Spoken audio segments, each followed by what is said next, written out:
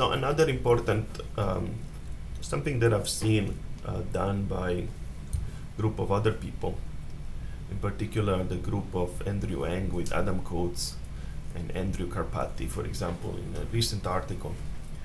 And this is work to try to group selectively features in an unsupervised network. So if you have an unsupervised network, all the network is trained unsupervised, you might find the filter easily, but you don't know exactly what kind of connection to set up at each layer.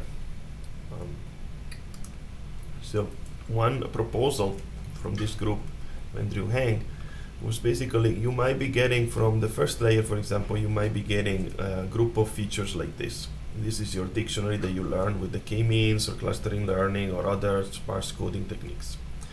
So now, how do I group these things together? I can form groups of AND features. So if I'm M2M connections, I could form a group of AND features by basically grouping things that are fairly similar together. So you might get, in many of the sparse coding algorithm, you might be getting replicate filters all over of the same kind, so all vertical filters or all sort of slanted filters or so forth. So what you do is you first of all take all these filters and then you try to group them into, n groups, groups of n. And once you have this group, since basically this group is kind of trying to represent the same features, then you could group them together and you could you could group these all features together in a sense so that they can propagate to the next layer. And they could even they could propagate as fully connected groups or not fully connected. It really depends. For example, in this paper, in the work of Adam Coates, usually tries to group similar units and then max pool them. So I'm going to read you a couple of words that he mentioned in his paper. So to construct invariant complex cell features, so to try to figure out how to group these things together from layer n to layer n-1, a common approach is to create pooling units that combine the response of lower level simple cell.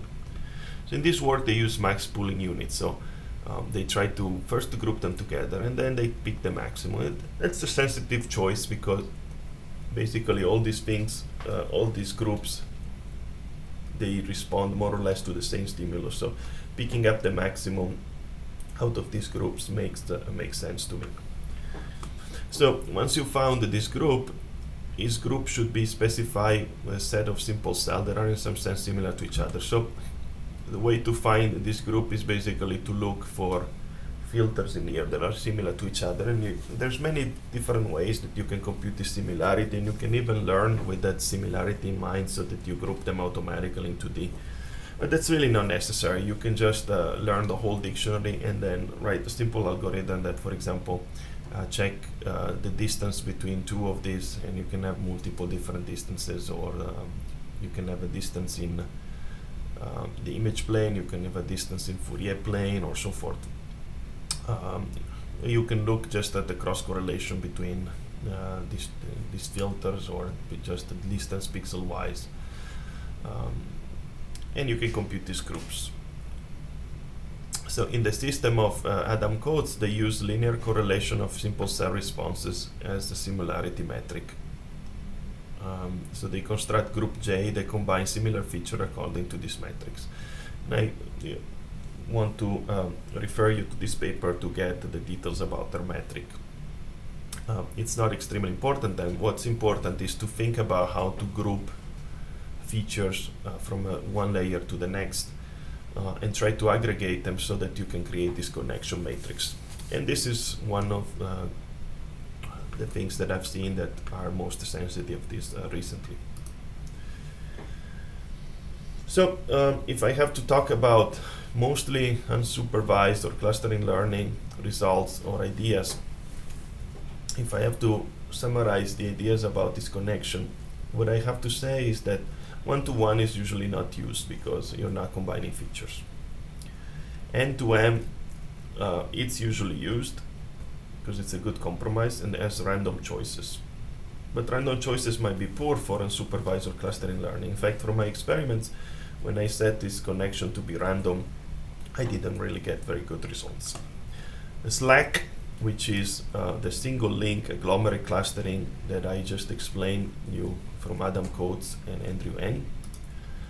It's a good compromise. I basically implement this end-to-end, and I think it's a good idea. From my experiments though, the one-to-all on the fully connected, although strangely is supposed to dampen the response of stronger filters, it's currently the best. Also, what I found out to be the best in clustering learning is the use of max pooling.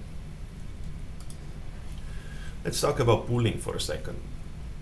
Pooling is the next usual operation that you do in a deep network. So in one layer of the deep network, first you have these filters, you figure out how to connect, you group them together. Then you might want to subsample before you go into a non-linearity, just to reduce the information about data.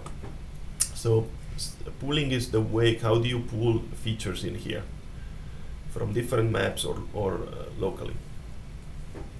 So there are basically two kinds of pooling layers. There's a spatial, so a local group of pixels, or feature-wise.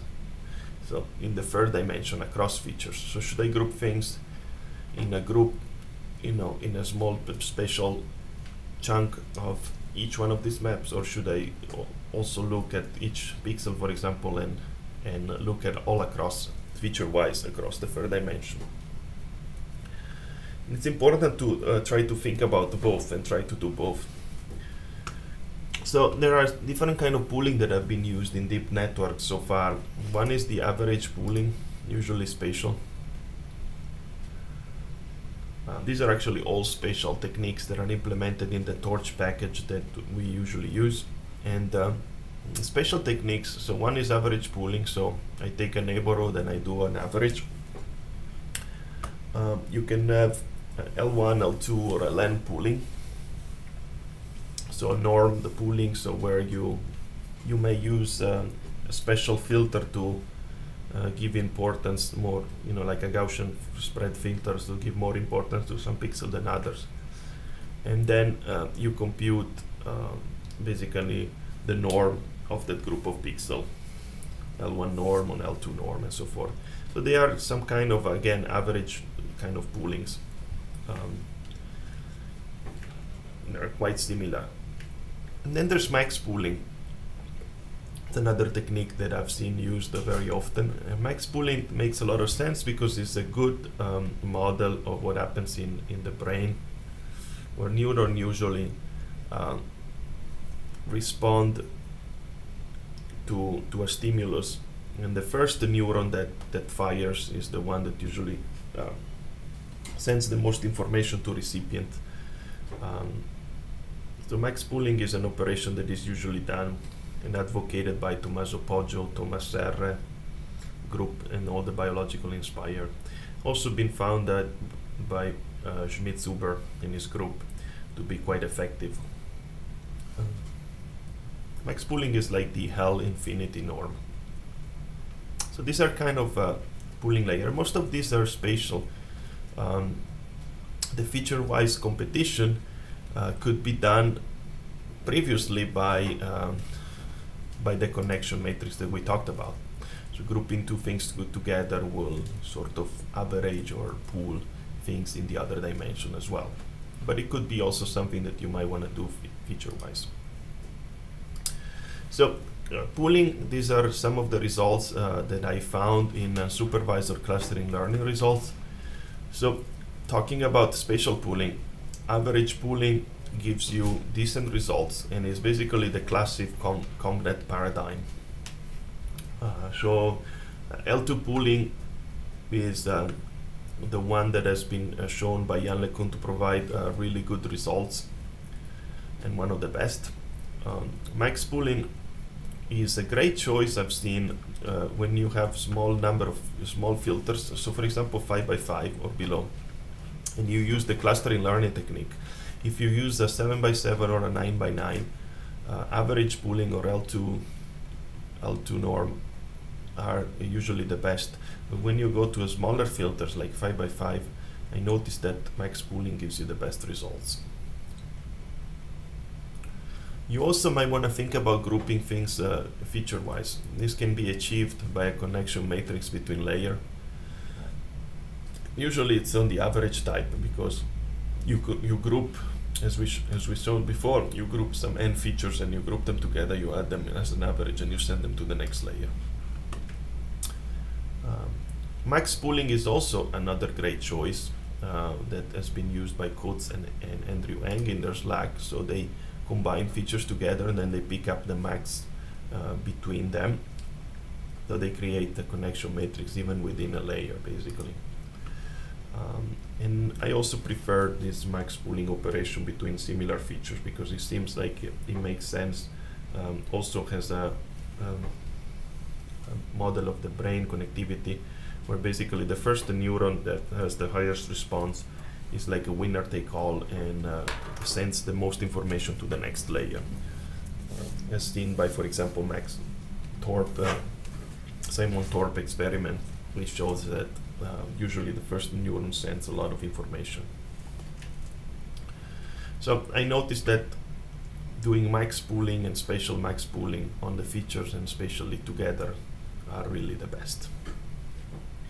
So these are some of my findings in recent work, and I wanted you to point you out to these issues of what kind of pooling you want to do, what kind of connection you want to do, because they're quite important. Further reading, I really recommend you to read references from these groups. Try to figure out which one are the best paper from each group that kind of give you a summary of how things are in each group. I try to give you an example in here. The group of Jan LeCon or the group of Andrew Ng refer to deep unsupervised and clustering learning techniques. There's also the group of Jürgen Schmitz-Huber, Geoffrey Hinton, and Joshua Benjon that, in my opinion, do really one of the most interesting work here in this area. And there's a lot of others that, with my limited knowledge, I might not know as well. But I recommend you look at the papers from these groups. Joshua Benjo tends to be quite more mathematical, and Schmitz-Huber tends to test the various application and practical application, just like the LeCun group, and that's one of the approach that I really like. Andrew Ng groups and Adam Coates, they have basically some of the really great results in unsupervised learning, and they start thinking about the connections and the k-means and so forth, and how to group things together. So I really like this work as well. And then there's the work of course, Geoffrey Hinton, that has quite a lot of interesting things to say with different kind of machines that I didn't go for in much detail in this course, but I leave them to you guys as a further reading.